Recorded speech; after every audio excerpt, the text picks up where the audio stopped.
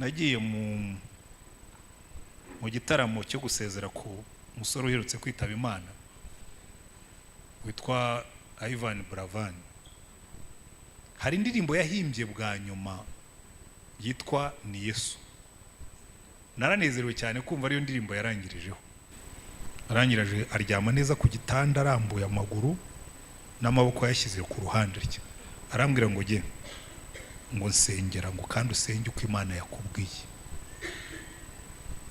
Narasenze bya bindi yantegetse ariko nze nabona Imana uyu mubyeyi wacu yaragukoreye yaguhesheje icyubahiro. Niba igihe cye cyo gutaha ari iki ngiki muhimbaraga arenga ikirere. Narangije gusenga yagiye nk'umukiranutsi. Iyo bavuga ngo bazagurukisha amababa nk'ibisiga, hari izindi imbaraga Imana iguha ugasohoka muri uyu mubiri kaburagiye. Haleluya, kuko wanejeje Imana. Abakiranutsi bapfa batuje. Burya pastori twiga amasomo menshi. Abanyabyaha bapfa batera imigeri. Muzagende mujye mu bitaro muzabibona. Umuntu utarigeze anezeza Imana iyo agiye gupfa atera imigeri agashinyika amenyo urarwana n'ibiki. Tuza uzamuke nk'igisiga. Kuko ushaka kujya iwacu, kuko wanejeje Imana. Uko ugenda unezeza Imana wumva ijuru riryoshye. Uko ugenda unezeza Imana wumva ushaka kuyisanga. Uko ugenda unezeza Imana wumva mu ijuru ari heza. Hari ibintu Imana yaciye mu rugo kabura ngo ibi ngibi byo ntimuzanabitekereze ntimukabikora. Nari nkiri umusore mfite imyaka 25, inkumi zanyuraho nkumva hari ikintu kimbwira ngo hindukira ari kureba iriya nkumi guciyeho iragiye pe. Hari ngo Imana Imana ubu ko nakijijwe kuki biriya bintu bitamvamo. Ubundi iyo umuntu akiri umunyabyaha kamere iba yarazinze umwuka igategeka ubuzima bwe. Kamere ikagenda nubwo umwuka kurimo ariko kamere nitanga amabwiriza. Yanyura ahantu yabona abagore ikajyayo nubwo umwuka arimo ariko kamere nitanga amabwiriza. Iyo umaze gukizwa ntabwo kamere ipfa ahubwo bihindura umwanya. Umwuka agategeka. N'umugenzi wanyura ku bagore beza ukumvira ngo se uriya mugore buriya wamubonye. None se buriya tuvyihorere pe twe ntacyo twabikoraho. Umwuka akavuga ngo kamere ceceka. Ndacecetse ariko numvise abantu bigisha akabwira ngo iyo amaze gukizwa ngo kamere iba yapfuye. Abona tuyica buri munsi. Ariko kamere burya ni kabutindi. Urayikubita ukayicisha mu muryango ukayihamba wagera mu rugo ugasanga yagutanzeyo. Kuko buriya umuntu ukubwira ngo wemerewe gukora ibyaha kuko Imana yakubabariye abagushutse. Kubera yuko uretse ko binaguteranya n'Imana nawe ubwawe uba wiyahura. Yewe mba hano muri uyu mujyi ukabona abantu b'abagabo muri telefone arasiba ama message arimo asiba muri WhatsApp arasiba muri SMS ngo batazamenya ibyo yirirwamo. Ubu ndabunda uri umugabo. Umuntu w'umugabo agenda yiba. Undi mwumva ubugoryi bw'abakristo. Mungu n'umukobwa baragiye barasambana. Hanyuma nabo si ibyo bintu ubwo mubikora ngo twari twabisengeye. Mwabisengeye muti? Umva isengesho basenze. Ngo twagiye kubikora tubwira Imana ngo ibi bintu niba utabishaka haboneke umuntu akomange ku rugi tutarabikora. Uri murasaba ikimenyetso cyo gukora ibyo Imana yakubujije. Haboneke umuntu akomange ku rugi ni haca iminota 5 atarakomanga ubwo urobo bitwemereye. Ntabwo Imana izigera ikwemerera ibyo yakubujije. Sibyo?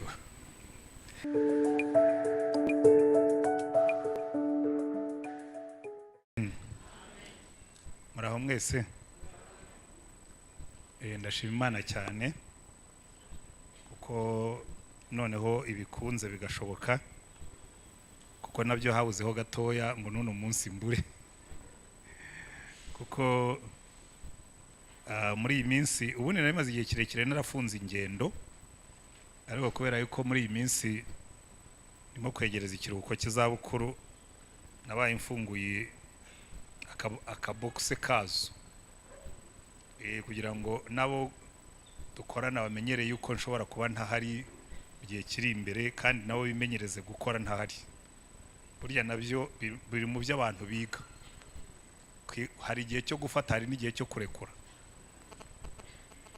Buriya iki kintu kijya kigora abantu benshi, ni ugukora ukazageza igihe bagabura atari ku gihe kirageze cyo kurekura. Burya abantu bashobora kurekura baba ari abanyamugisha. Ariko niba Yesu yaravuye ku isi akagenda, natwe tugomba kwimenyereza yuko aho twakoraga dushobora kurekura tukagenda. Ubu rero ejo nzajya mu rugendo. Nakomeje kuvuga ntoya, sindamenya tike yanjye uko ihagaze, sindi bubabwire ngo yego. Hanyuma ngira Imana tike yanjye wayishyira ejo, ubwo ibindi ubundi. Amen. Tugiye gufatanya ijambo ry'Imana. Ikindi cya kabiri, iyo umuntu antumiye, ntabwo umupastor ajya ntumira ngo njye kwigisha mu itorero ngo mwemerere ko ambwira ngo uzayoborwe n'umwuka. Yewe nemera umwuka wera cyane, ndetse cyane, ariko iyo mvuze cyane ni cyane. Ariko buriya pastori niwe uyobora itorero. Iyo Imana ibona itorero rizayoborwa n'umwuka ntiyari kudushyiraho. Kandi amatorero ashobora guturana. Yewe nkorera hano hepfo mu Giporoso, mugakorera ahangaha, ni ahantu umuntu yagenda n'amaguru. Ariko amatorero yacu aratandukanye cyane. Kuri rero ushobora kumbwira tuyoborwe n'umwuka, nkicara nkavuga ngo rero umwuka wera, ibyo ndimo kagaburira abanyaremera nibyo nzajya ngendana ahantu hose. Ariko burya riba rikose. Amagambo rero bampaye ntarondogoye ari mu Bakolosayi igice cya mbere, ndasoma kuva ku murongo wa 3. Teme bampaye yitwa kunezeza Imana. Haleluya. Kunezeza Imana, cyangwa mbishyize mu yandi magambo, kuba umuntu Imana yishimira. Murabizi buriya ibintu by'Imana ubundi biroroshye, ni twebwe tubikomeza. Kuko nta kintu na kimwe dukeneye Imana itatubwiye. Ntabwo igidutungura, ntabwo igiturushya, ahubwo twebwe dufata ibintu by'Imana tukabikomeza cyane. Noneho abantu bakabwira ngo ariko ngo buriya wenda nk'ingere ebyiri, hanyuma umuntu agaza akabwira ati buriya nabwirwa n'iki yuko Imana ishaka ko nkora ibi ngibi cyangwa biriya. Nabwira ni hari ibintu bimwe Imana yo yamaze kuvanaho, akabwira ngo ibi ngibi byo ntuzabikore, ibyo ntukirirwe ubiyibaza. Imana yakubwira ngo ibintu ntuzabikore, ntuzayibaze ngo mbikore cyangwa ne kubikora. Mbaho urugero, umugore umwe yigeze kuza kundeba, arambwira ati pastor, ati ndagira ngo mfashe gusenga, nturasengera iki? Ati ndasengera divorce. Nibyo ntukabisengere. Iby'Imana yavuze ko yanga ntukirirwe unabisengera. Niba ushaka kubikora ujye ubikora, ariko ntukayibaze. Hari ibintu Imana yaciye mu rugo akabwira ngo ibi ngibi byo ntimuzanabitekereze, ntimukabikore. None urimo urasengera divorce, ibyo sindi bugufashe kubisengera. Niba uyishaka genda ubikore, ariko nta n'ikimana izagusubiza, ko yamaze kukubwira ko ibyanga. Ubwo ibyanga ntukanabisengere, sibyo? Undi mwumva ubugoryi bw'abakristo. Umuhungu n'umukobwa baragiye barasambana, hanyuma nabo baravuga sibyo bintu ubwo mubikora, ngo twari twabisengeye. Mwabisengeye muti? Umva isengesho basenze, ngo twagiye kubikora tubwira Imana ngo ibi bintu niba utabishaka haboneke umuntu akomange ku rugi tutarabikora. Uri murasaba ikimenyetso cyo gukora iby'Imana yakubujije. Haboneke umuntu akomange ku rugi, ni haca iminota 5 atarakomanga, ubwo urobo bitwemereye. Ntabwo Imana izigera ikwemerera ibyo yakubujije, sibyo? Nababwira n'ibindi byinshi, ariko reka twigire muri Bibiliya dusome. Kunezeza Imana, twakora iki ngo tuba abantu Imana yishimira? Twakora iki ngo tuba abantu banezeza Imana? Dukuramo iki iyo twanejeje Imana? Haleluya. Amagambo dusoma aravuga ngo dushima Imana, igice cya mbere umurongo wa 3. Kandi muraza kwihangana yuko mbazengurutsa muri Bibiliya. Giye nakijwe nsoma Bibiliya, nkunda kwigisha ngenda muri Bibiliya, ko nabyo bifite isezerano. Ntabwo Imana yigeze ivuga ko izaha umugisha imigani nabaciriye ariyo yose. Yaravuze ngo nzaha umugisha ijambo ryanjye, ngo kandi ijambo ryanjye ntirizagenda ubusa. Ubwo ijambo ryanjye rizamera nk'imvura, ngo igusha, ngo igwa ikameza ubutaka, ngo iri jambo ryanjye rimeze nk'umuriro ushongesha n'amabuye, ngo iri jambo ryanjye rimeze nk'inyundo imenagura ibitare, ngo iri jambo ryanjye rimeze nk'itara rimurikira ibirenge byanyu, ngo iri jambo ryanjye. Haleluya. Nimuza kubona rero mbazengurutsa muri Bibiliya niko jyewe nakijijwe kandi niko mbaho. Dushima Imana se umwami wacu Yesu Kristo uko tubasabiye iteka ryose, kuko twumvise ibyo kwizera kwanyu mwizeye Kristo Yesu n'urukundo mukunda abera bose, kubw'ibyiringiro by'ibyo mwabikiye mu ijuru, ibyo mwumvise kera mu ijambo ry'ukuri k'ubutumwa bwiza bwabagezeho namwe, nkuko bwageze no mu isi yose, bukera imbuto bugakura, nkuko no muri mwe bwazeze uhereye wa munsi mwumviyemo mukamenya ubuntu bw'Imana bw'ukuri, nkuko mwigishijwe na Epafura umugaragu mugenzi wacu dukunda, wababereye umukozi ukiranuka wa Kristo wo kubagaburira ibye, kandi watubwiye iby'urukundo rwanyu muheshwa n'umwuka. Amagambo tugiye kwiga ari muri iyo mirongo ikurikiye, nicyo gituma tudasiba kubasabira uhereye igihe twabyumviye, twifuza ko mwuzuzwa ubwenge bwose bw'umwuka no kumenya kose ngo mumenye neza iby'Imana ishaka, mugende nk'uko bikwiriye ab'umwami wacu, mumunezeze muri byose, mwere imbuto z'imirimo myiza yose, kandi mwunguke kumenya Imana mukomereshejwe imbaraga zose nk'uko ubushobozi bwayo bw'icyubahiro bungana, ngo mubone uko mwiyumanganya muri byose, mukihangana n'ibyishimo, mushima Data wa twese waduhaye kuraganwa n'abera umurage wo mu mucyo. Niwe wadukijije ubutware bw'umwijima akadukuramo akatujyana mu bwami bw'umwana we akunda. Haleluya. Amagambo tugiye kwigaho nuriya murongo wa 10 ngo mugende nk'uko bikwiriye ab'umwami wacu, mumunezeze muri byose. Haleluya. Ibintu bitatu tugomba gukora ngo tunezeze Imana. Icyambere muri Zaburi 116 umurongo wa 12 Dawidi yaranditse aravuga ngo ariko ibyo Uwiteka yankoreye byose nzabimwitura iki?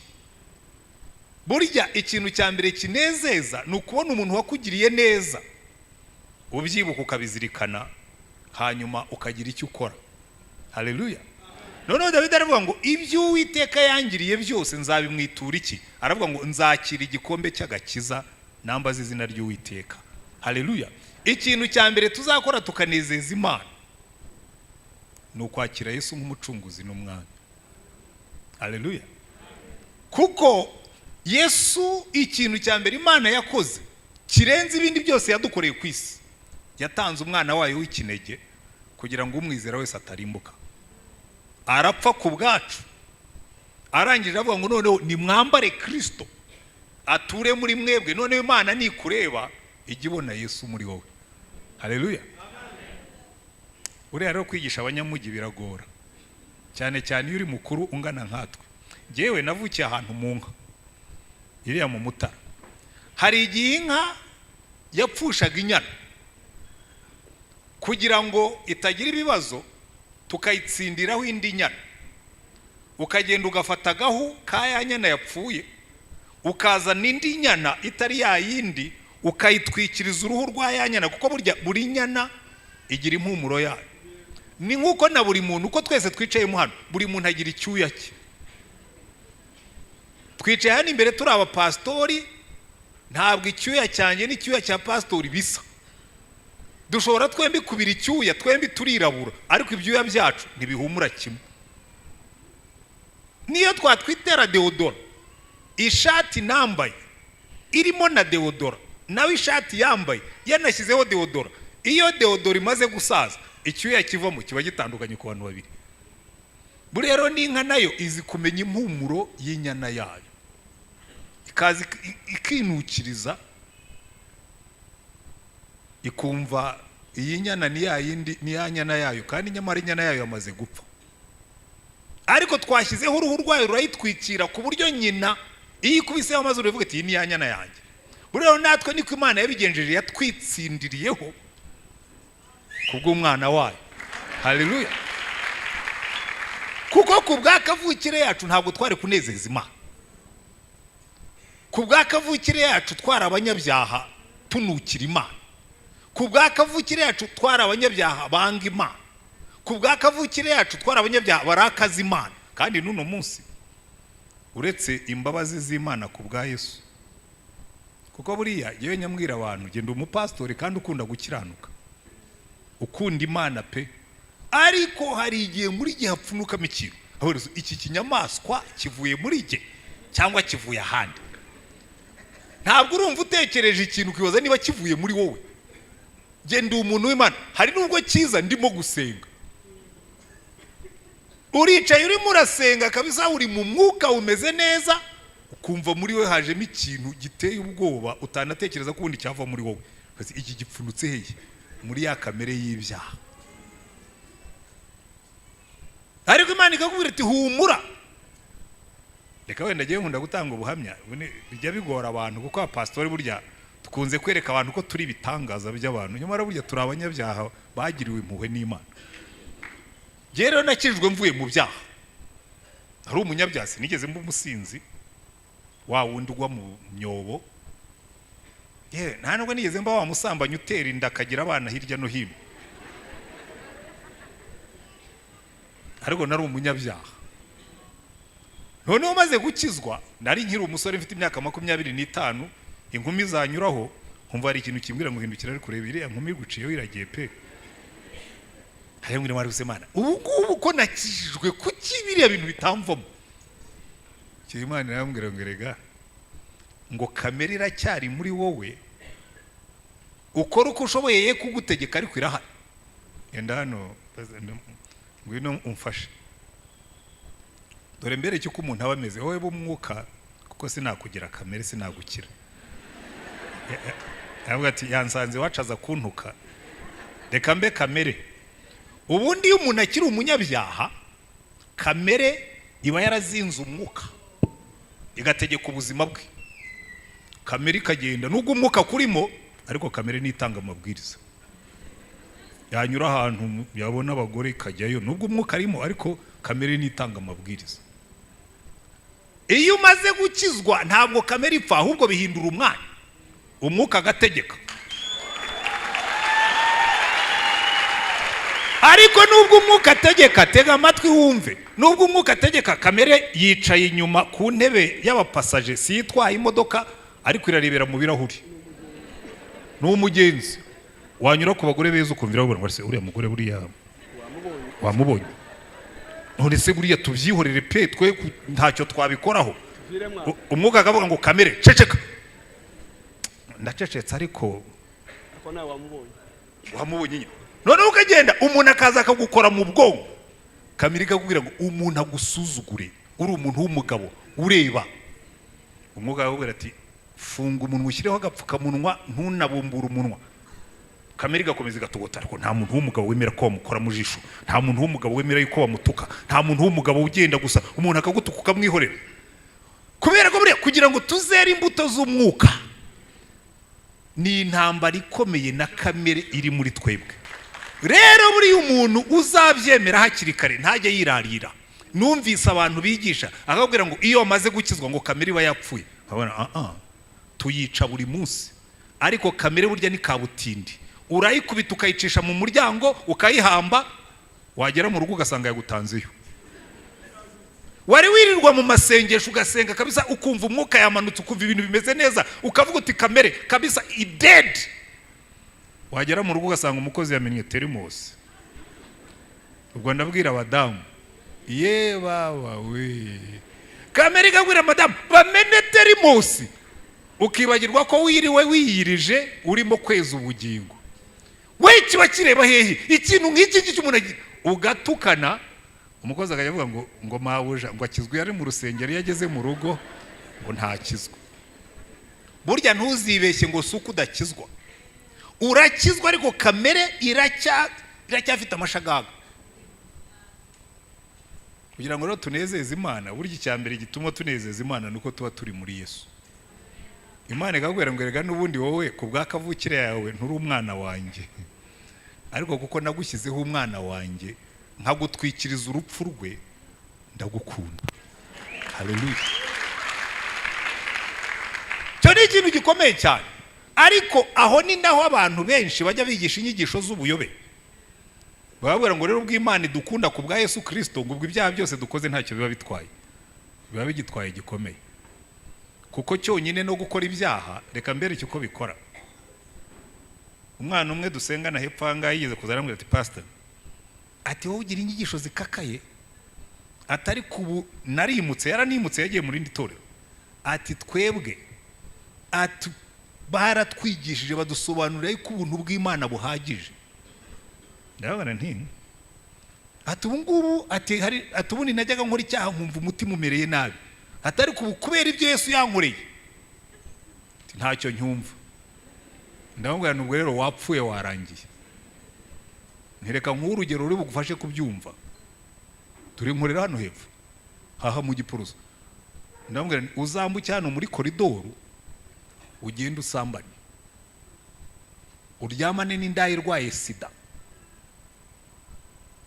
nintaguhamba uzaba uri ku miti. Icyo nicyo wifuza kubera ko ufite umudendezo muri Yesu.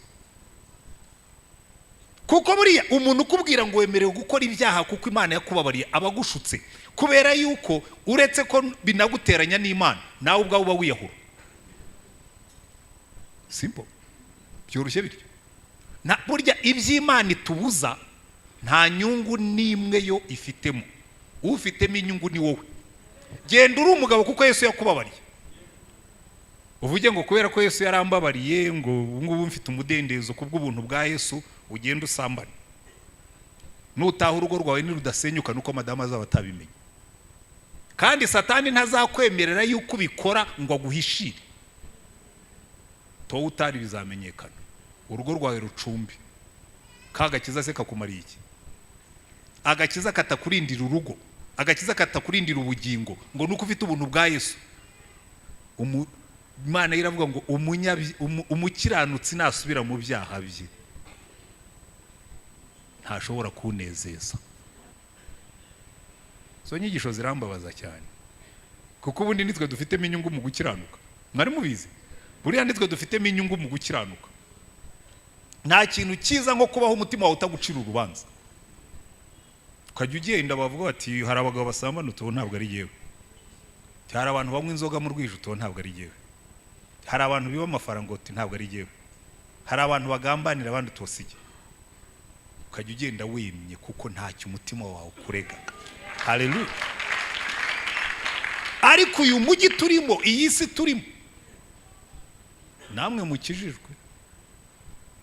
Yewe mba hano muri uyu mujyi ukabona abantu b'abagabo muri telefone arasiba ama message, arimo asiba muri WhatsApp, arasiba muri SMS ngo batazamenya ibyo yirirwamo. Ubundi uri umugabo, umugabo agenda yimye kuba ari umugabo, ugakiranuka ukagenda wemye, n'umugore yakora mu mufuka wakamenya ibirimo. Na telefone yawe ntushyiremo amakodi 1000 ngo atazamenya ibyo wirirwamo, kuko ntacyo ufite uhisha.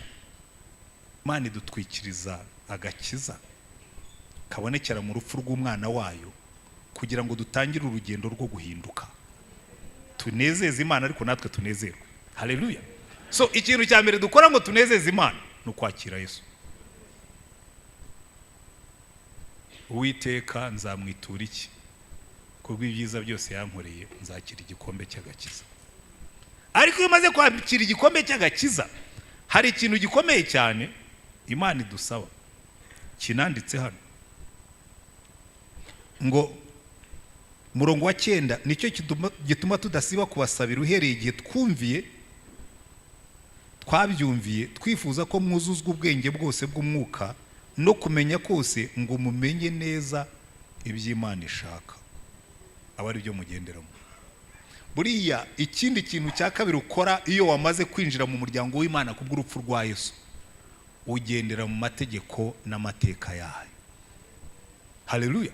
Kuko buri ikintu abantu batumvise naho amategeko ahurira n'agakiza k'ubuntu.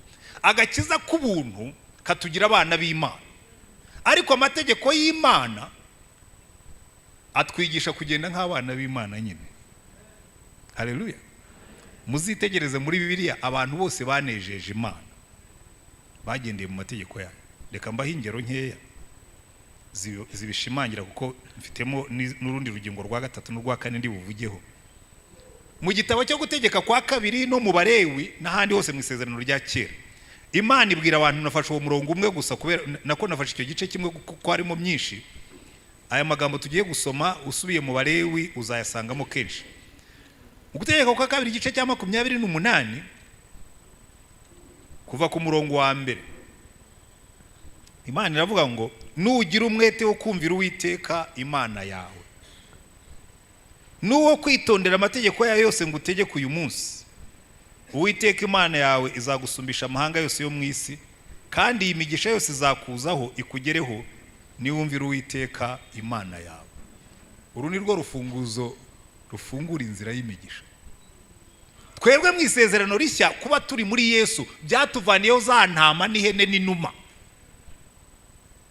n'ibindi byose bazanaga byo kugira ngo batwikire ibyaha byabo. Yesu yatwikiriye ibyo, Imana iravuga ngo noneho ubwo Kristo yabapfiriye nimugende nk'abana banjye, mwumvira amategeko n'amateka yanjye, mugende uko nabategetse. Haleluya.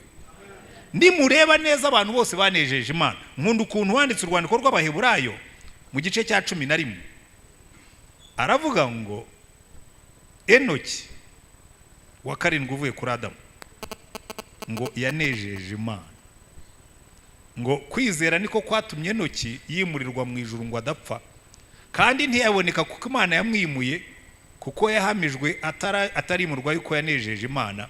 Ariko utizera ntibishoboka ko ayinezeza, kuko wegera Imana akwiriye kwizera yuko ikiriho ikagororera abayishaka.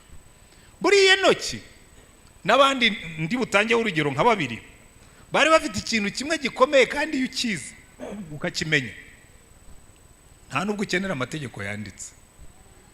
Oya, muze kureba hariya mu Itangiriro mu bice 5 baratubwira ngo amaze kubyara Metusela, Enoki niwe muntu wabayeho imyaka mikeya muri bari abantu bavuga muri kiriya gice, yabayeho imyaka 365.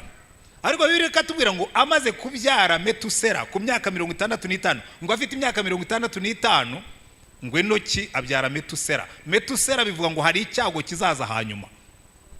Kandi nimwitegereza neza abakunda gukora imibare, muzabare kuva ku ivuka rya Metusela mu gihe cya Enoki kugeza ku gihe cy'umwuzure mu gihe cya Nowa, umwaka umwuzure wabayemo niwo Metusela yapfuyemo. Ko yapfuye afite imyaka 969. Buri gihe uteranije igihe yavukiye uhita ubona ko umwaka Metusela yapfuyemo niwo umwuzure wabayeho. Ariko ngo Enoki amaze kubyumva aravuga ati niba hariho icyago kizabaho nyuma y'uyu nguyu, kuko sinzi igihe azapfira, ashobora gupfa ari umwana, ashobora gupfa ari mukuru, none kugira ngo icyo kitazamfata ngiye kujya ngendana n'Uwiteka. Haleluya. Ngo Enoki agendana n'Uwiteka imyaka 300, ngo abyaramo abahungu n'abakobwa, ngo agendana n'Imana imyaka 300, ngo ntiyongera kubonwa kuko Uwiteka yamwimuye. Hano bakatubwira ngo icyatumye Uwiteka amwimura nuko yamunejeje. Haleluya. Aramunezeza aravuga ati Enoki ngwino nk'umuturu nk'umunyenga mujyane mu ijuru udapfuye. Amen. Nkunda aba bagabo bagendanaga n'Imana. Urundi rugero nkunda cyane, umugabo witwa Nowa mu gice cya 6 baratubwira ngo muri icyo gihe abantu bari bononye ingeso zabo, ariko baratubwira ngo Nowa yagendanaga n'Imana, ngo Nowa yakiranukaga mu gihe cye. Niki cyabyaye ikindi? Kugendana n'Imana byatumye Nowa akiranuka, kandi kubwo gukiranuka bituma Imana imwishimira ikajya igendana nawe. Burya umuntu utakunezeza ntimugendana. Nowa yanejeje Imana, ndetse Nowa yanejeje Imana bigeze ahantu Imana iravuga ngo ibi ngiye gukora sinabihisha Nowa, ngo iramubwira ngo Nowa ngiye kurimbura iyi si, irandambiye n'ibyaha byabo. Ngo ariko wowe kuko wanejeje wibariza inkuge, niwe nzafataho icyororo cy'abari mu isi. Nurangiza mu byaremwe byose uvanemo ikigabo n'ikigore, hanyuma mujye muri iriya nkuge murokoke. Ariko bakaduha igisobanuro ngo Nowa yanejeje Imana. Haleluya. N'abandi bose nshobora kugenda mbaha ingero. Aburahamu muri ugiye Imana yajyaga kurimbura Sodomu na Gomora mu gice cya 18, yazanye n'abamarayika babiri. Nayiza yafashe isura y'umuntu abiga teoloji murabizi ibyo babyita teofani. Hari igihe Imana yajyaga imanuka mu isura y'umuntu, iraza ibwira Aburahamu icyari kiyizanye yuko umwaka utaha azabyara umwana. Hanyuma arangije irahaguruka n'abamarayika babiri bagiye Sodomu na Gomora. Uwiteka aravuga ngo ariko Aburahamu namuhisha ibyo ngiye gukora Sodomu na Gomora ko ari inshuti yanjye. Aka rero ndagakunda cyane. Uza abantu Imana igirira ibanga kaba ngo ibi ntabwo nabikora ntabwiye Aburahamu, ni inshuti yanjye. Zaburi ya 25 umurongo wa 14 ko tubira ngo amabanga y'Uwiteka amenywa n'abamwubaha. So hari abantu batura mu mabanga y'Uwiteka. Hari abantu Imana yishimira ikajya ibongorera, kandi nawe irakongorera nawe ukayongorera bikaguhesha umugisha. Haleluya. Ngo umugaragu umwe yanejeje umwami. Umwami aramubwira ati ndashaka kugukorera ikintu rwose kikakunezeza. Aramubwira ati nsaba icyo ushaka. Aramubwira ati nyagasani ntabwo ndi bugusaba ibintu bikomeye. Ati nuzaza ku musozi w'iwacu uje kurambagira uzampamagarire nkongorere mu gutwi. Umwami biramutangaza, icyo gusa nicyo usabye? Ati uzankorera icyo ngicyo nicyo ngusabye, ibindi nzabyishakira. None bukeye umwami azi wabo, yibuka ko yamubwiye ngo nazi wabo azamuhamagara mwongorere mu gutwi. Ati mumbwire kana kuri yaze hano. Araza aramwegera apfukama koma amashyi. Ati gira hino. Ati ngaho nyongorera cya kintu washakaga kumbwira. Arambwira ati nyagasani ni iki ngiki wabirangije? Ni iki cyese? Nashakaga kukongorera mu gutwi gusa. Umwami biramuyobera ati ngaho nikigende. Hano baraza uriya muntu umwami ahamagara akamwongorera mu gutwi, buriya mubwiye iki? Ntacyo yamubwiye, ariko kuba yamuhagaze iruhande akamwongorera mu gutwi. Abatware bandi bajya bamubona bati uyu mugabo mujye mumwitondera yongorera umwami mu gutwi. Abafite inka bakamuhinga bakabati mumuhinga kuko ashobora kuzatuvuganira ubutaha navuga niyongorera umwami mu gutwi. Buriya kugendana n'Imana ikagushyira mu mabanga yayo ugashobora kuyivugira, nicyo kintu gikomeye gishobora kubaho mu buzima bw'umuntu. Ababisobanukiwe burya babaho neza. Haleluya. Ariko hari ibyo isaba. Imana iravuga ngo abazanyubaha bakagendera mu mategeko n'amateka yanjye nzagendana nabo nzabishimira. Haleluya. Icyatumye Nowa anezeza Imana nuko mu gihe cye yari umukiranutsi. Twebwe tuba abakiranutsi ku bwa Yesu, ariko twarangiza tukaba abakiranutsi kubwo kubaha amategeko y'Imana tukagenda nk'uko Imana ishaka. Ntibazababeshye ngo amategeko yavuyeho. Havuyeho bya bindi byo kuvuga ngo intama n'ihene n'ibiki no kwambara imyenda imeze gutya cyangwa kuri, kuko ibyo ngibyo n'ubundi byari bifite icyo bivuga kandi nabyo ntibyavuyeho. Ariko si byo ngiye kwigisha. Aburahamu anezeza Imana, Imana iraza arayongorera, arabwira ati Imana mbabarira tuganire. Hanyuma kuko yose yo nkuru ndimo kwigishaho ngo Imana irokora Loti kubera Aburahamu. Buryo unezeza Imana ikakubwira ibyo igiye gukora.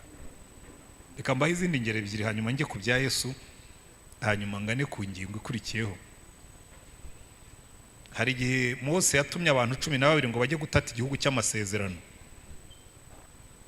Bavuyeyo bazana inkuru nziza, bazana iseri ry'imizabibu ngo rihetswe n'abagabo babiri, riruta igitoki kinini cyo muri no minsi. Hanyuma aravuga ati igihugu twagiye gutata ni igihugu cy'amata n'ubuki pe, dore ndetse n'inzabibu zaho ukuntu zingana. Buriya ntukabara inkuru nziza ngo nurangiza wongereho ariko batariko. Twabonyeyo imidugudu miremire, twabonyeyo n'abagabo banini bitwa abanaki, baturebaga bakabona tumeze nk'inzige, natwe twabareba bakabona ariko tumeze. Aba banaki ko mutavuganye nabo, aba banaki ko mutazi ururimi rwabo, aba banaki bababwiye bati icyo babatekerezaho mutaganira. Iyo umuntu yisuzugura yibwira ko n'abandi bamusuzugura. Wari wambara umwenda wanga wenda kubera ko ubizi yuko umaze gusaza. Mu byo madamu wanjye niwe njye mbibwira, buriya abadamu muri abantu beza. Iyi shati umuntu yambaye iminsi myinshi niyo itaracika, ariko atari ku ishati uyimazemo iminsi, iyi shati nturayirambirwa kuko barambirwa vuba. Ahora ku ishati yanjye ko itaracuya, ati abantu bose barabibona yuko ishaje, urabona ishaje. Ariko hari igihe nyambara kubera ko yabishyizemo, nkabona abantu bose barimo kubona ko nambaye ishati ishaje kandi nta kibaye. Rero iyo umuntu yisuzuguye yibwira ko n'abandi bamusuzugura, iyo umuntu yiyanga yibwira ko n'abandi bamwanga kandi ntacyo yabatwaye. Aba babonaga ngo aba ntaki bababonye ngo bakabona bameze nk'inzige. Noneho Yosuwa na Kalebu mwumva ikintu cyiza, barabwira ngo bariye iriya midugudu miremire mwabonye tuzayiritura, bariya banaki mwabonye tuzabarya nk'umutsima kuko Uwiteka twishimira. Haleluya. Ariko narakurikiranye ndashaka ariko niki cyatumaga uyu mugabo Kalebu na Yosuwa bavuga ngo Uwiteka aratwishimira. Noneho muri Yosuwa igice cya 14 Kalebu arazabwira Yosuwa, aramubwira ati Yosuwa, wibuke icyo Imana yatuvuzeho jyewe nawe cya gihe twayivugaga neza turi Kadeshi y'Baruneya, mu musozi wanjye nguhindure. Ibanga rya Kalebu aravuga ngo kuko nomatanye n'Uwiteka Imana yanjye, kandi kuko nomatanye n'Uwiteka Imana yanjye zambaraga nagiraga kera ntabaranga tabaruka n'ubu nizo ngifite. Nkunda abasaza batekereza baryo, ariko ndabivuga ko nanjye ndimo gusaza, ariko numva ku myaka yanjye ningera kuri 85 nk'iya Kalebu nzaba nkisaba umusozi uriho abanaki. Yaramubwira ati kandi Yosuwa nujya kumpa ntumpa agasozi kariho utugabo tw'amabwa, unshakira umusozi uriho abanaki, ba bandi bateye abantu ubwo ndashaka gukubita ahantu hari abanaki. Haleluya. Noneho Kalebu Yosuwa nawe ngira ngo yabikoze ari nk'agahimano, aramubwira ati ngaho ugenda ufate Kiriyataruba, ngo haje kwitwa Heburoni, ngo ariko kera hitwaga Kiriyataruba, ngo kandi Aruba uwo nguwo ngo niwe wari umukuru w'abanaki. Ngo Kalebu aragenda ahindura Kiriyataruba, ngo igihugu cyose kibona umutekano. Haleluya. Burya abazi Imana yabo bazakora iby'ubutwari, niko muri Daniel banditse. Abazi Imana yabo bazakora ibihambaye. Haleluya. Hanyuma ndangiriza ahangaha kuri iyo ngingo yo kugendera mu mategeko n'amateka y'Imana. Umwami Yesu yigisha abigishwa, barabwira ngo rero mwabigishwa banyu mbabwire ngo umuntu nankunda azitondera amategeko yanjye. Yohana igice cya 14 murongo wa 20 kugeza kwa 23. Ngo umuntu nankunda azitondera amategeko yanjye, ngo kuko nkunda yitondera amategeko yanjye. Haleluya. Arangije aravuga kandi ngo umuntu niyitondera amategeko yanjye data azamukunda, nanjye nzamukunda, tuza aho ari tugumane nawe. Amina. Urumva Yesu aduhaye inzira, aravuga ati niba mushaka kunezeza ntimukambeshye ngo murankunda, niba unkunda itondera amategeko yanjye. Haleluya. Niba unkunda itondera amategeko yanjye, kandi akaduha n'umusaruro tuzakuramo. Akavuga ngo umuntu nankunda akitondera amategeko yanjye, ngo mu ijuru tuzamwishimira, ngo data azamukunda. Haleluya. Ngo nanjye nzamukunda, ngo tuza aho ari tugumane nawe. Niba ushaka ko Imana ituri wawe igakugendera mu mategeko yayo. Haleluya. Kuko iyi Imana yaje igaturi wawe, hari indwara eshatu kuvura. Kera nkikizwa nari umusore ariko w'umunyabyaha, nagera gutwaha kandi turimbura benshi. Nanywaga inzoga ariko ntabwo nazikundaga cyane, ariko nakundaga ikigare cyo mu kabari. Buriya mu kabari habamo ikigare, habamo ibiganiro, bigashyiraho guverinoma kandi baticara muri kabineti. Bati minisitiri runaka ntabwo araraho, ndabizi neza, mukicara mukajya impaka z'ukuntu guverinoma igiye guhinduka kandi nta yahindutse. Ariko abantu bakabikunda. Mu kabari burya habaye ibikuru nibi, akunda igipindi cyo mu kabari. hanyuma nkakunda n'abagore. Sinzi niba nakundaga abagore cyangwa narakundaga ibyo twakoranaga. Hanyuma ndakizwa. Maze gukizwa, icyo cya kabiri kimbere ikibazo kuko cyo nakivuyemo. Cya mbere cyo narakigumanye, nakomeje nkajya ninywera inzoga. Nta nubwo njyewe nazinywaga mu rwihisho yo, nazinywaga ku mugaragaro. Ko n'ubundi yari nsanzwe nywa nkeya sinigeze mba umusinzi. Nkabwira abagabo twasenganaga nkaze ubundi kunywa akayoga gake hari icyo bitwaye. Paulo ntiyabwiye Timoteyo ngo ajya anywa gake. Umugabo twabanaga yamubwira ati ko yamubwiye ngo ajya anywa gake kubera ko rwara mu nda, nawe urwara mu nda. Habwira nariko niba yaramubwiye ngo ajya anywa gake kubera ko rwara mu nda, ntabwo umuntu yakubwira ngo ujye ukora ibyaha kuko urwara mu nda, so ubwo nta byaha nta cyaha kigomba kuba kirimo. Narifite ubwonko bujya impaka cyane. Ariko bukeye Imana irabyikorera. Izi nkuraho rwose tudateye amahane. Tugiye mu kabari n'abo basore turanyoye, noneho tugeze hadi barambwira turagukunda. Uri umurokore special. Ujya mu barokore ugasenga ukaza hano tukinywera byeri. Ariko iryo jambo special ryahinduye byose. Ko bavuze umurokore special, sinzi ukuntu umwuka yabivangavanze, numva umureti special. Murabizi rero burya muri restaurant omurete special ibirimo jambo, irimo inyanya, irimo poivron, irimo ibitunguru, irimo ibinibi, mbese wari uvangavange. Icyo ndatekereza abahungu ni babona ndi umurokore special, ndi uruvangavange. Omurete special. Umwuka arabintu, uyu mwuka umva Imana igira utuntu twa. Nabwo ni muzi ikintu bati munzanire byera aho ngaho. Iyi ni ya nyuma nyoye, ni ya nyuma nsengereye. Ndetse kuba umurokore special ngiye kuba umurokore ordinaire.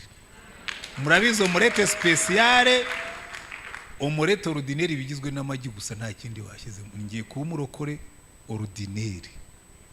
Bati sufashwe nibiye kuko urupe ndagiye neza kandi jewe nasezeye singaruka. Maze gusezera rero sigara nakagatima karehareha. Ajya mwiri mare ko Mana none nazagira gutya nkasitara nkongera kusambana. Mana umunsi umwe ndimo gusoma Bibiliya irambwira ngo niba ushaka kutazagwa mu cyaha icyo ari cyo cyose cyagukoze isoni, ujye ugendera imbere yanjye. Noneho aho kugira ngo nari namaze gushyiraho amategeko nk'aya made n'abaperisi. Itegeko rya mbere nta mukobwa uzinjira mu cyumba cyanjye. Itegeko rya kabiri nta mukobwa nzongera guhobera. Itegeko rya gatatu nta mukobwa tuzamarana iminota irenze 5. Itegeko rya menshi nk'aya made n'abaperisi. Mana yambwira ngo ari amategeko yawe ntacyo azakumarira. Wese ni ngutuma kubwiriza umukobwa uzamubwiriza ute mutari bumarana iminota 5. Ngo reka ngukosorera ibintu bigutungane, ujye ugendera imbere yanjye ukiranuke. Haleluya. Noneho ntangira kwimenyereza aho gukora imyitozo yo guhunga abakobwa, ntangira kwimenyereza kujyana Imana aho abakobwa bari. Nkajya mpagara nkabwira Imana rero ubu ngiye gusura nyirakanaka undebe. Nkagenda nkicarayo abanza nkasenga mvuga rero Mana unyitegereze undebe kandi nintangira no gushukashuka ujye unyibutsa ko undebe.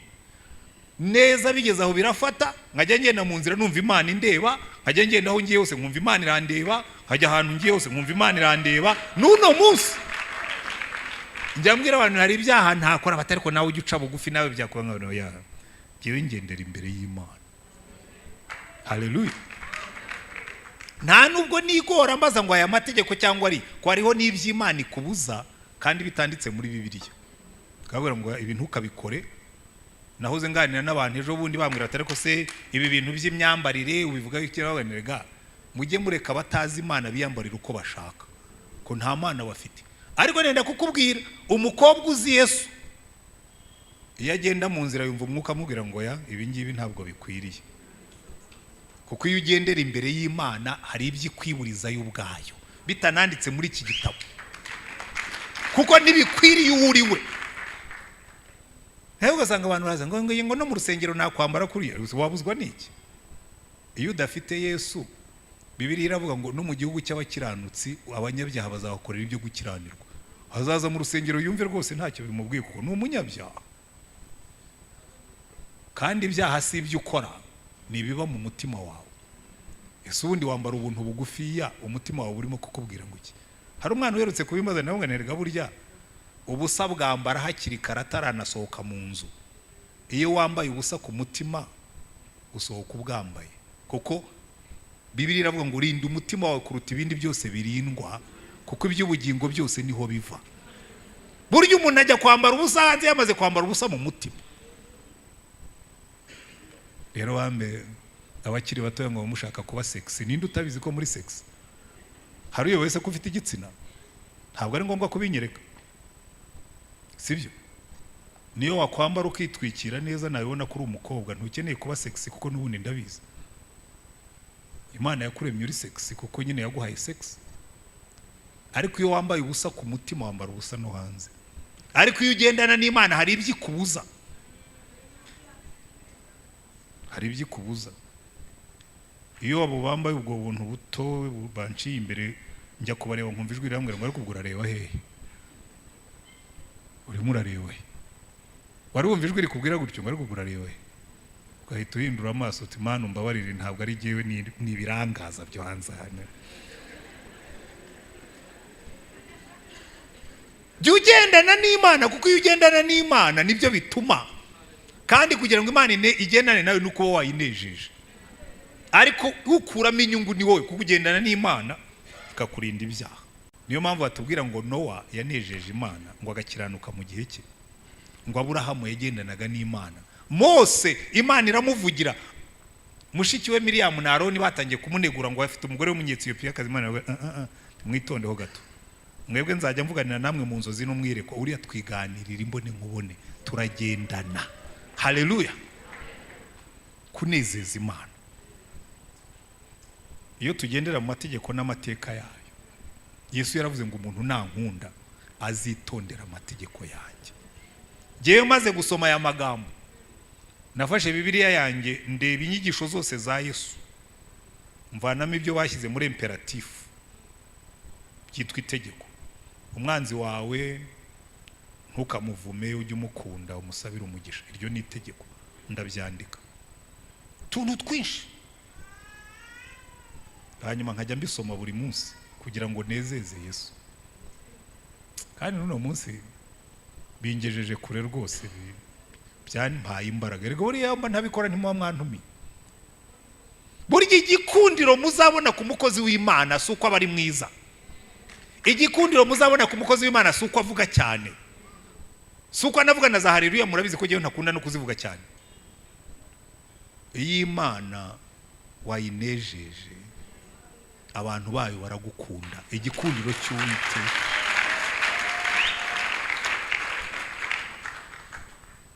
Hari abajeni bajya bamaze ariko pastor kuki abantu bagukunda cyane? No kuvuga neza nkabaniraga byo narabiretse. Naranabyize, nari nzi gutegura za speech kera ngitangira kwigisha. Imana yambwira ngo ibi si byo nshaka, aya ma speech yawe ntabwo ari yo nshaka. Jya ugendera imbere yanjye, ibindi nzabyikorera. Haleluya! Cyubahiro kibi cy'Imana. Kuko iyo tuba tuzi kuvuga neza akaba ari cyo mudukundira, icyubahiro cyabi cyacu. Ariko iyo nje umwuka wera akikorera umurimo, icyubahiro kibi cy'Imana. Kandi ikintu cyiza cy'Imana urayinezeza, yarangiza kukubwira ngo ibisigaye byitwarire. Uzi icyo bivuga? Indogobe yahetse Yesu, ntabwo Yesu yigeze akandagira ku myenda, nta nubwo yigeze akandagira ku mashami bashashe, ni indogobe yabigenzeho. Rero basasa imyenda ya Yesu ukaba ari wowe wigendaho. Abantu bakajya bagira ngo uriya muntu ngo abantu baramukunda ngo bagire gute. Nuko uhetse Yesu ubu mufashije hasi, bwacya mu gitondo abantu barimo kumvuga, ariko ntabwo nzamufasha hasi. Tugendanye imyaka 40 kandi kugeza no munsi ntarampemukira, sinzamuvaho. Harajya ngo pastor wagiye ucisha make ugaca bugufi. Mbe ntaravuye kuri Yesu mfite imyaka 30, simuveho mfite 40 na simuveho mfite 50 na muveho ngeze muri 60 ngo njye kugira neza. Muveho se njye kwiba amafaranga ngo nyamarisha iki? abana banjye barangije kwiga, muveho se njye gusambana. Imbaraga se wazikuye. Ubu ngubu imyaka, iyo umuntu ageze muri iyi myaka asigara arinze amavuta Imana yamuhaye. Haleluya. Ugasigara urinze izamu kugira ngo uzasaze neza utandavuye, utanduranije. Abandirimbira ngo njye mvuga ko nanjye nshobora kugwa, reka da, ntaraguye ndi muto sinzagwa nshaje. Wenda nzagwa mu buryo bw'amaguru, bampa inkoni njye nyegenderaho, ariko njya mbwira abantu numva n'igihe nzaba mfite inkoni ngenda narakuca amenyo, nzajya ngenda n'inkoni yanjye mbabwira ngo sha, kera nkigenda cyane navugaga Yesu, ariko n'ubu ngubu amenyo yavuye mu kanwa nzamuvuga, nzapfa mvuga Yesu. Koko nta mugambi mfite wo gusaza nk'icupa ry'ingoroji. Oya, kuko siko Imana yavuze. Nahoze mbiganira na madamu ambwira ati ariko ati bigenda bite, ati nsigaye mfite ubwoba ku bwawe, ati buri munsi yivuze ko ugiye kujya mu kiruhuko kizabukuru numva afite ubwoba. Ni bw'iki? Ati ko mbona abasaza benshi tubashaka tukababura, none wazagera muri iki kiruhuko tukakubura, ni nkaburira mu biki? Ati sinzi ikibaryo mugezeyo. Yavuga ni yewe ibyo ntibiguhangayike, uko nabonye Yesu niko nzakomeza, kuko isezerano ry'Imana ntirivuga ko tuzasaza dusubira inyuma, riravuga ngo no mu busaza bazagumya kwera, no mu busaza bazagira amakakama n'itoto. Jaka kubwira abakuze nkanjye ngo no mu busaza uzaba ukivuga Yesu ku buryo abantu bumva Yesu ari uwo kwizerwa. Tunezeze Imana kugeza igihe tuzaguruka nk'ibisiga. Rero buryo abantu bibwira ngo tuzaguruka nk'ibisiga bakagira ngo abizera Uwiteka ngo bazagenda be gucogora, ngo bazirukanka be kunanirwa, ngo bazagira bagurukisha amababa nk'ibisiga tugiye mu ijuru. Hari umunsi muzabona umunsi umwe nzagenda bambure, nagurutse nk'igisiga nyine, nagiye mu mbaraga. Nari mfite data bukwe, mwihangane ngiye kugera ku ngingo ya nyuma nsoze. Noneho data bukwe yari umuntu w'umurivivalist, yari umusaza muremure w'imetero 2 kandi munini. Yabwirije ubutumwa, yashinze insengero, yatanze inka, yagize gute. Iwacu twari dufite inka ariko yaradukubye inshuro 10. Dufite inka zigera muri 500. Buriya mu Mutara twigeze kugira inkereka, nimurebe ko ubu ngubu zahashize. None rero umusaza akabwiriza ubutumwa, akubaka insengero, hanyuma aza gusaza. Ku myaka 99 nibwo yapfuye. Ajya kwa muganga hano Faisal, baramubwira ati indwara muzehe urwaye iri mu gihaha cyawe, kugira ngo ukire twagomba kubaga, kandi nitukubaga ntuzava mu kinya kuko urashaje cyane. Kugira ngo tukubaga igihaha tugomba kugutera ikinya cy'umubiri wose, ntabwo rero bizakunda. None tugiye kugatu antibiotique ube wihanganye kugeza igihe uzapfira. Umusaza tutari ku bundi mwebwe murarushywa n'iki? Uwo nakoreye niwe nzasanga, nta kibazo. Noneho iminsi ya nyuma arazarwarira hano i Kanombe. Umunsi umwe rero njya kumusura, twirwa tuganira, twarakundanaga cyane, wari kugira ngo ndi muri ubu nawe nta nubwo ari gutekereza ko ndi umukwe we. Yarankundaga cyane, ko twembi twarabavuga butumwa. Njya kuba pastori, yarambwira ati giye tugiye kuba pastori, ni atuzambara ka kantu mu ijosi, nti ati kariya kaniga umwuka.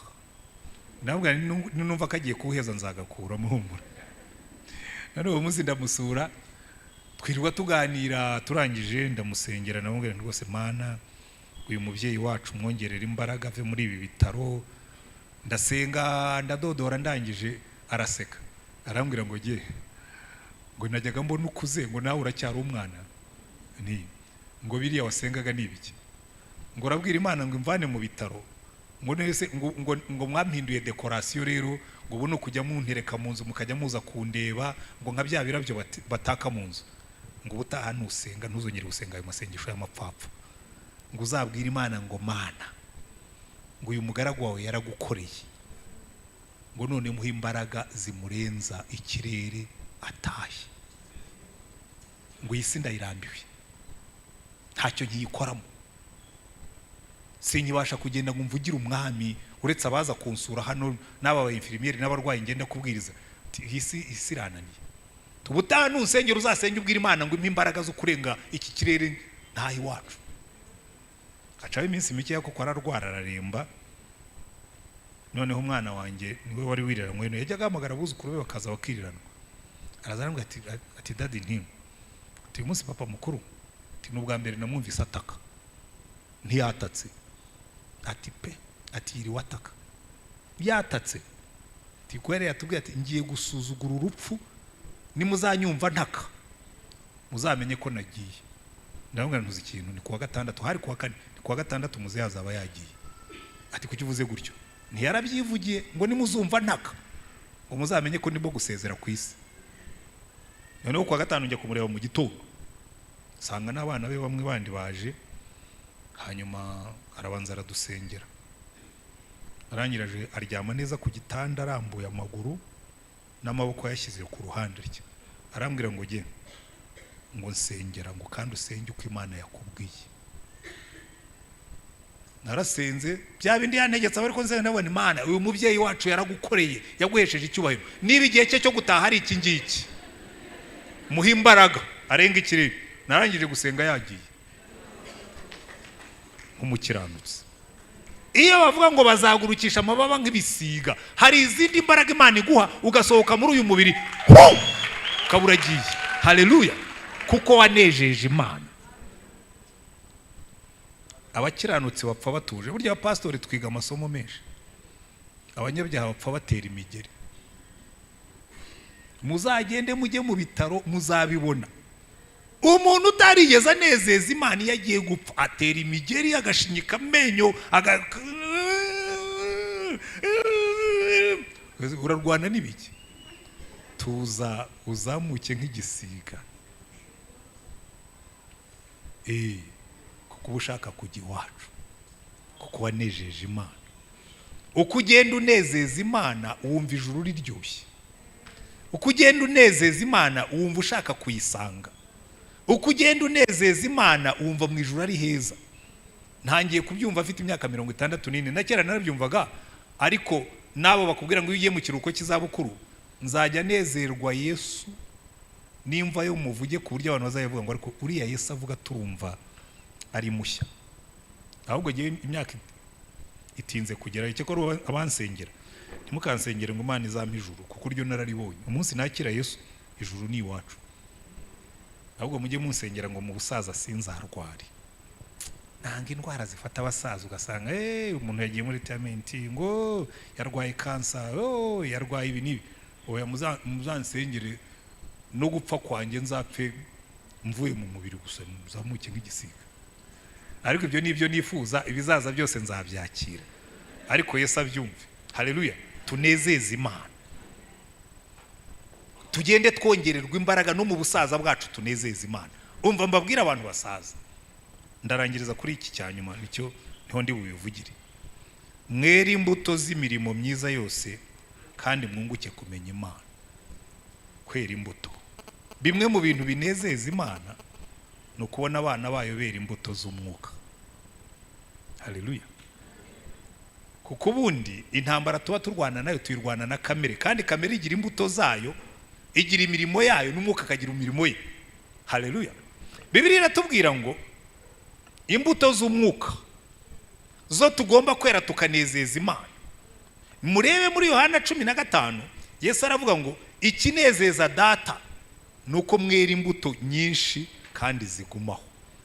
Kinezeza Imana, ikizanezeza data nuko babona mwera imbuto. Kandi koko natwe twabyaye, hari umwana ureba kabara ngo uyu mwana aranezeza. Ikinezeza umubyeyi nuko ubona umwana wagenda nk'uko umubyeyi ashaka. Ikinezeza umubyeyi nuko ubona byara umwana, abantu bakavuga ngo umwana wo kwa kanaka ni icyitegererezo.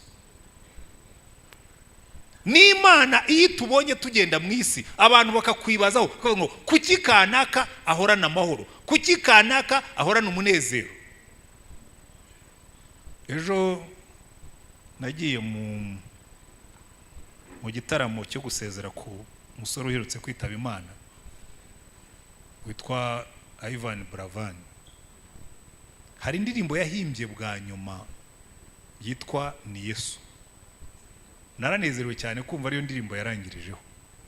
Abantu bibaza ngo ni kuki tukubona uhora unezerewe ngo ni Yesu. Kuki tukubona ufite urukundo ukababwira ngo ni Yesu. Kuki tukubona ufite amahoro ni Yesu. Kuki tukubona uhora wishimye uti ni Yesu.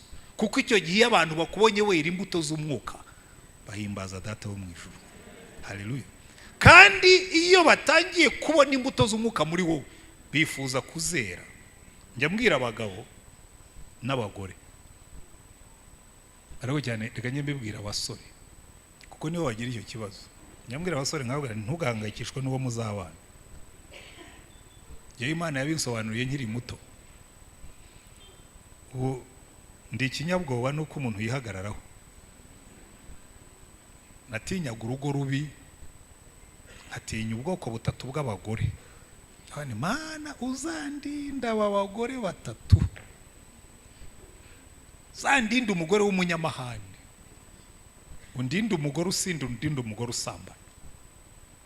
Noneho bukeye Imana irambwira ngo ariko ndashaka kukubaza ikibazo, ko urumbwira ngo nzaguha umugore mwiza, ubundi ninde wakubwiye ko uri umusore nshobora gushyingira? Hago Mana narakijwe ndi umwana wawe. Banza ukuri, banza ukure uvemo umugabo nshobora gushyingira. Abasore muranyumva? Reka dawira ntabwo wumva. Bo barimo gusenga ngo Imana izabaho umugore mwiza. Baravuga banza uwo umugabo nashyingira, ariko ahugiye muri maze umugabo ushaka abasate. Imana irambwira ngo ugende ufata Abagalatiya 5 umurongo wa 22. Fata Abakorinto wa mbere igice cya 13 umurongo wa 4 kugeza ku wa 8. Ubiture mu byihingemo kugeza igihe nzabona ugeze ku kigero nemera. Ndagenda nsoma Abagalatiya. Imirimo y'umwuka ni urukundo, ni amahoro, ni ibyishimo, ni ukwihangana, ni ingeso nziza, ni ukugira neza, ni ukugwa neza, ni ukwirinda, no gukiranuka. Noneho buri munsi mbihindura isengesho ryanjye nkavuga Mana umfashe, umpe gukunda, umpe gukunda aho ndi, umpe gukunda ibyo nkora, umpe gukunda abo dukorana. Nagera aho ngaho rero bikaba ikibazo. Hose Mana nzakunda nkunde n'abandi badakunditse. Kwarimo se n'abanyanga. Nabo uzabakunde nyine. Sinakubwiye ngo n'abanzi bawe ujye bakunda basabira umugisha.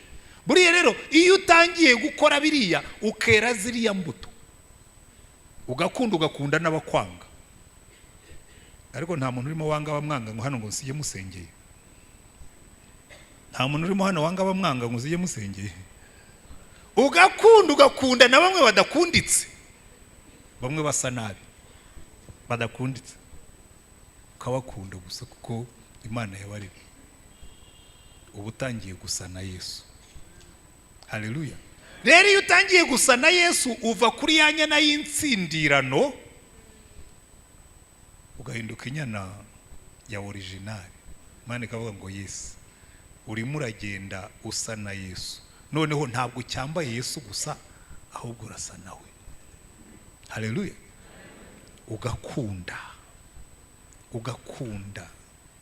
warangiza ugatuza, ukaba umunyamahoro, kandi ukaba joyful, ukagira ibyishimo. Hari abantu bahora bijimye nk'imvura yenda kugwa. Imana ikavuga ngo yajya unezerwa. Ariko rero nyambwira abantu nkabwira ni tekereza ufite umugabo ugukunda, kagukunda pe, niyo umuceri washiririye, sibyo? Akagukunda niyo umunyu wabaye mwinshi mu isosi. Akagukunda niyo wabyutse mu gitondo wihuta ukibagirwa gusasa. Kuko hari abagabo bamwe iyo badafite Yesu n'amashuka batashashe ashobora kumusenyera urugo. Ariko uyu mugore ugusiga adashashe bigutwaye iki? Ariko undi niba asize adashashe ni musase muryame, kubera ko wowe wera imbuto z'umwuka. Urakunda ugakunda umugore wawe niyo yasize adashashe, ukamukunda niyo umuceri washiririye, ukamukunda niyo isosi yakunaniye kuyirya kubera ko harimo umunyu mwinshi, ugakunda gusa kuko ukunda nta kindi gisobanuro. Ugakunda byaba byanashiririye ukishima ugaseka, ukabaze mada noneho byagenze bite iyo sosi ko irimo umunyu mwinshi, twongeremo amazi. Ariko mwari mwabona abagabo bacumuzwa n'isosi, burya ntabwo baba buzuye umwuka. Jewe niyo wabizana arimo umunyu mwinshi, ndabanza